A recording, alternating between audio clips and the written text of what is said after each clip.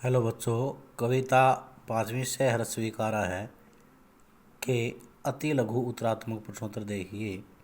पहला प्रश्न है, सहर्ष स्वीकारा है कविता के कवि कौन है?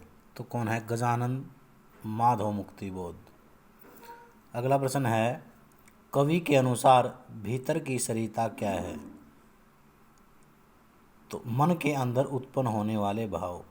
गरीबी को कैसा बताया है? गरीबी को कवि ने गर्बिली अर्थात गर्व से युक्त बताया है। सहर्ष स्वीकारा है कविता में किस भाव की प्रधानता है? तो किस भाव की प्रधानता है? विनय भाव की। कवि की आत्मा कैसी हो गई है? उत्तर कमजोर और एक्स में। कवि कहाँ लापता होना चाहता है? कहाँ लापता होना चाहता है? अंधेरी गुफाओं में। कवि ने अपने अनुभवों को किस प्रकार का बताया है? कैसा बताया है? दुखद बताया है। सहर्ष स्वीकारा है कविता कवि के किस काव्य संग्रह से ली गई है? तो किस काव्य संग्रह से ली गई है? भूरी भूरी खाक धूल से। कवि किस अपराध के लिए दंड मांगता है? किसके लिए? ईश्वर को भूल जाने के लिए।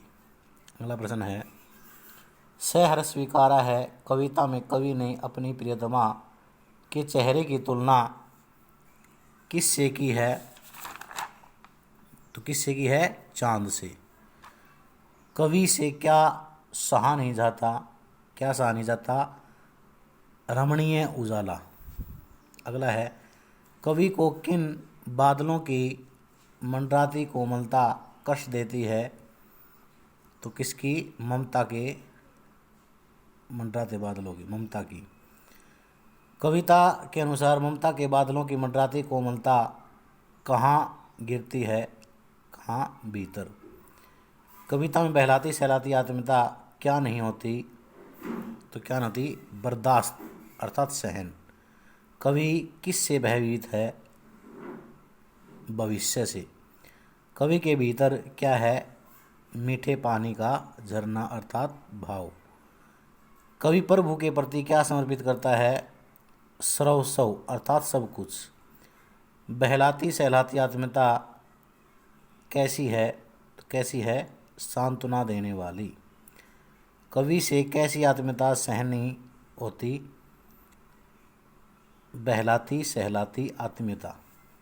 अगला है, कवि ने अंधकार को कैसा कहा है? कैसा कहा है? दक्षिणी ध्रुवी के अंधकार जैसा। पाताली अंधेरे की गुफाओं में विवरों में यहाँ विवरों का क्या अर्थ है? विवरों का अर्थ यहाँ क्या है? छिद्र। भीतर की सरिता से कवि का क्या तात्पर्य है? मन में उत्पन्न होने वाले भाव। मुस्काता चांद जो धरती पर रात भर पंक्ति में कौन सा अलंकार है? मानवीकरण अलंकार। इनको अच्छी प्रकार से तैयार करना।